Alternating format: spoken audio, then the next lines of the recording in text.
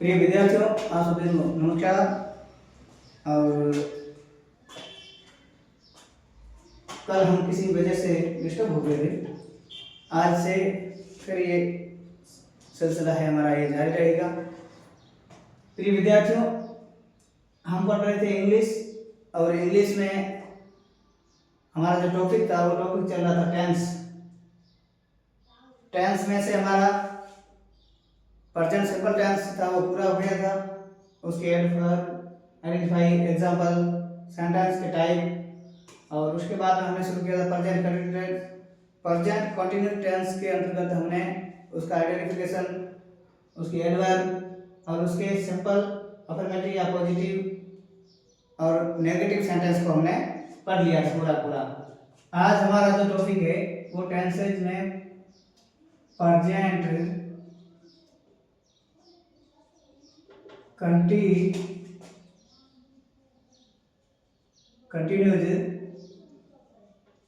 Tense में भी विद्यार्थियों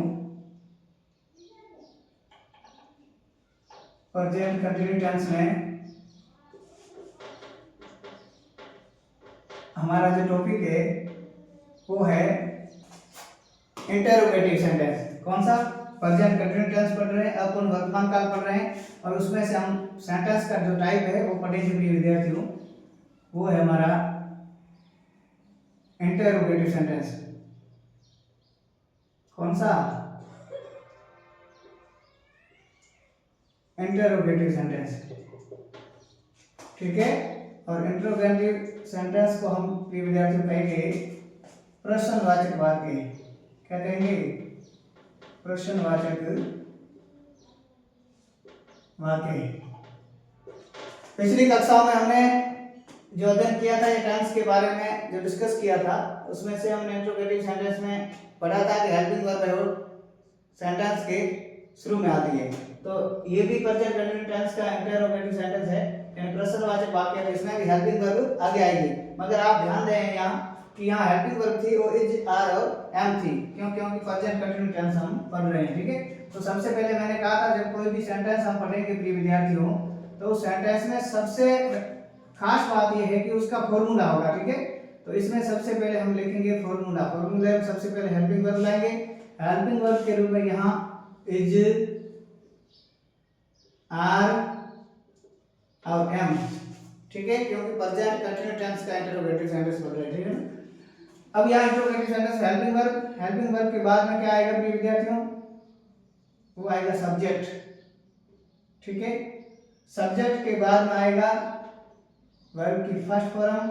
वर्ब की फर्स्ट फॉर्म के साथ में आएगा प्रिय विद्यार्थियों आईएनजी। आईएनजी के बाद आएगा ऑब्जेक्ट। ऑब्जेक्ट के बाद में आएगा अदर। क्या आएगा? अदर। और अदर के बाद आएगा इंटरोगेटिव साइन। मैंने प्रेजेंट सिंपल टेंस का जब सिंपल सेंटेंस इंटरोगेटिव सेंटेंस पढ़ाया था, तो उसमें मैंने कहा था कि जब भी सेंटेंस आप बनाओ, आपका हो सकता है सेंटेंस पूरा का पूरा सही हो, मगर अंत में आप क्वेश्चन मार्क शायद नहीं लगाएंगे, तो निश्चित रूप से वो सेंटेंस हो सकता है गलत माना जाए। ठीक है ना। तो ऐसी स्थिति में यहाँ भी इंटरोगेटिव सेंटेंस जब हम पढ़ रहे हैं तो ध्यान देना कि सेंटेंस पूरा होने के बाद में इंटरोगेटिव साइन है वो जरूर लगाएं। ठीक है ना। क्यों? ये ही है इसकी बेस। और अब जैसे ये हमारा फॉर्मूला हो गया, अब उदाहरण के तौर पर हम समझने का प्रयास करते हैं कि इंटरोगेटिव सेंटेंस जब होगा तो उसका स्ट्रक्चर क्या होगा ना। ये स्ट्रक्चर फॉर्मूला ये है, और इसको हम जब बनाएंगे एग्जांपल के तौर पर पहला हम उदाहरण लेते हैं। क्या उदाहरण लेंगे? क्या सीता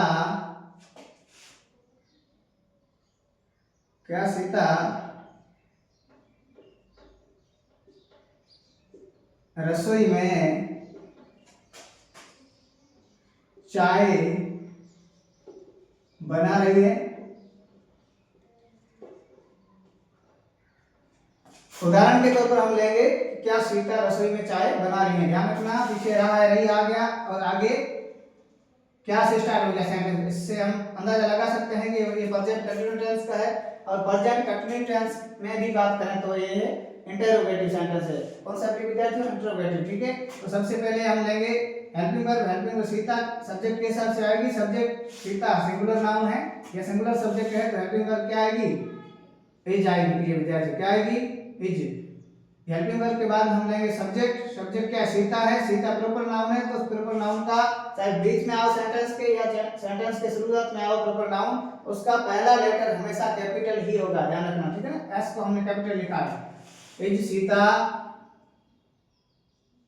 अब आएगी वर्ब। वर्ब क्या है इसमें प्रिय विद्यार्थियों, वर्ब है मेक, ठीक है।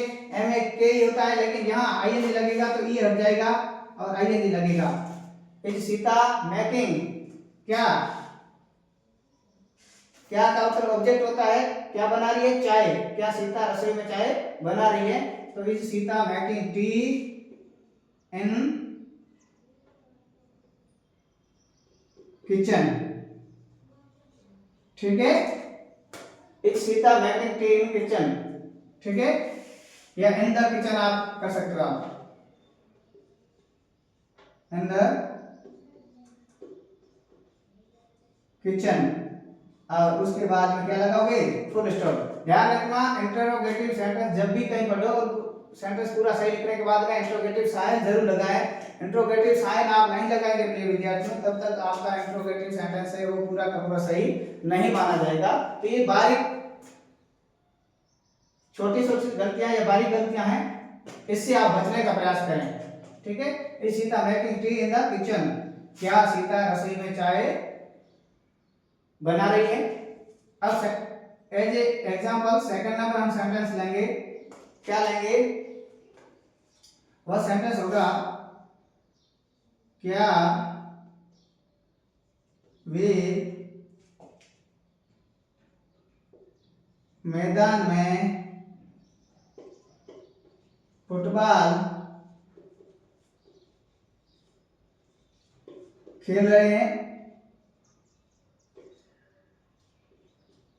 ये के समान, ठीक है। अब सेंटेंस हमारा क्या वे मैदान में फुटबॉल खेल रहे हैं। अब ध्यान देने योग्य बात यह है कि इंट्रोगेटिव सेंटेंस है तो इंट्रोगेटिव सेंटेंस के फॉर्मूले के हिसाब से सबसे पहले हेल्पिंग वर्ब आएगी। और जब भी प्रिय विद्यार्थियों हेल्पिंग वर्ब को हम यूज करते हैं तो सब्जेक्ट के अकॉर्डिंग आती है ना। सब्जेक्ट यहाँ वे है, वे इंग्लिश में दे का मतलब हुआ प्लूरल सब्जेक्ट है ना, तो प्लूरल के लिए हेल्पिंग वर्ब क्या आएगी, आर। क्या आएगी प्रिय विद्यार्थियों, आर। और उसके बाद हम सब्जेक्ट लेंगे दे, आर दे। वर्ब कौन सी है, प्ले, और प्ले के साथ में आईएनजी लगाएंगे तो प्लेइंग हो जाएगा। आर दे प्लेइंग, क्या ऑब्जेक्ट है हमारा फुटबॉल, क्या है फुटबॉल, क्या है football. Are they playing football कहाँ, अब अदर लिखेंगे इन द ग्राउंड और उसके बाद में फुल स्टॉप। प्रिय विद्यार्थियों ध्यान दें आप, यहाँ आप देख पा रहे हैं कि जब भी हम इंट्रोगेटिव बनाएंगे इंट्रोगेटिव के लास्ट में साइन, इंट्रोगेटिव साइन जरूर लगता है।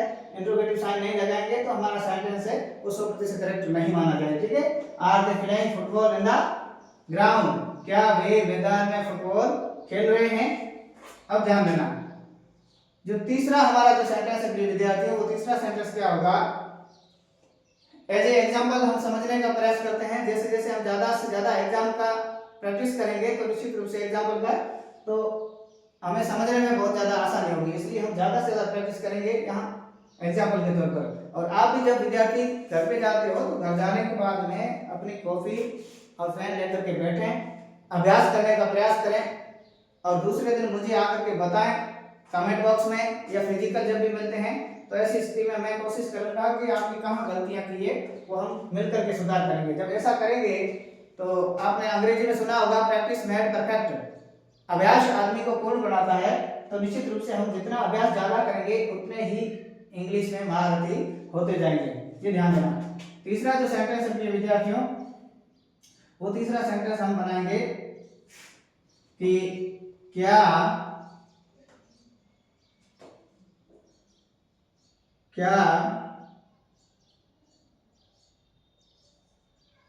वह पत्र लिख रहा है।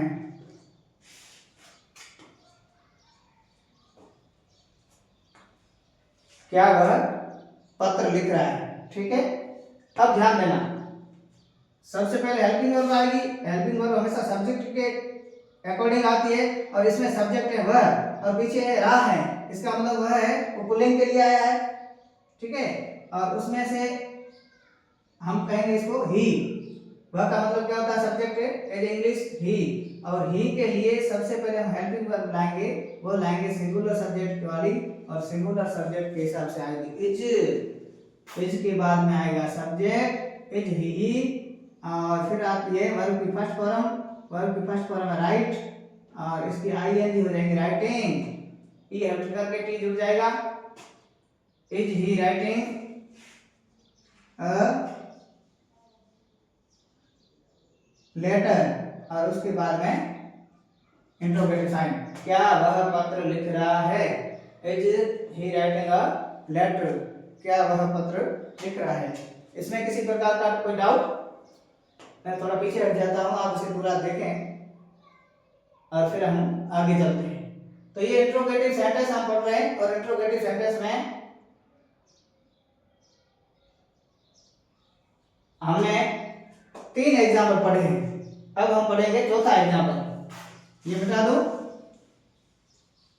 अब आगे आप देखें, प्रिय विद्यार्थियों, अंग्रेजी को यदि इंटरेस्ट के तौर पर पढ़ोगे तो अंग्रेजी बहुत आसान है, किसी प्रकार का कोई हेजिटेशन नहीं रखे माइंड में, और जहां समझ में नहीं आए वहां मुझे जरूर पूछें, ठीक है। अब ध्यान दो, आगे हम एज ए फॉर एग्जाम्पल चौथा लेंगे, वो एग्जाम्पल होगा हमारा क्या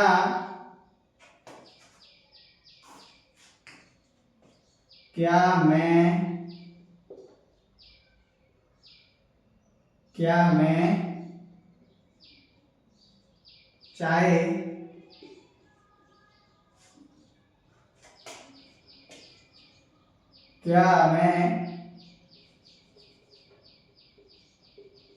चाय पी रहा हूं,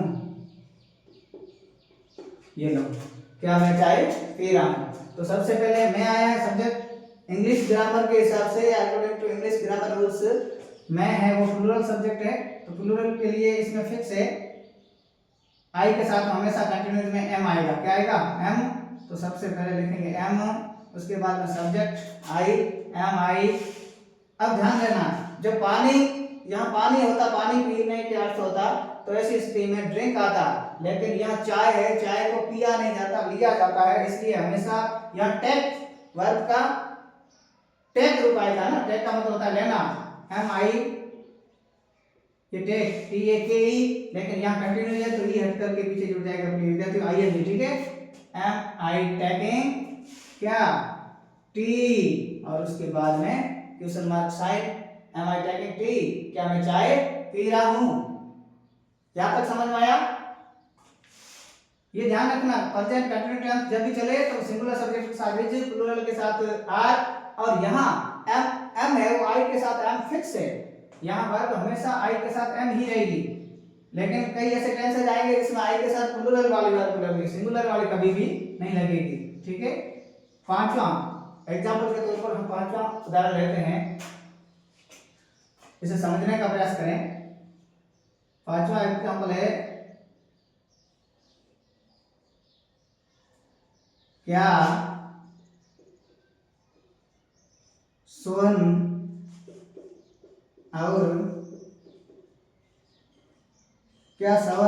और मोहन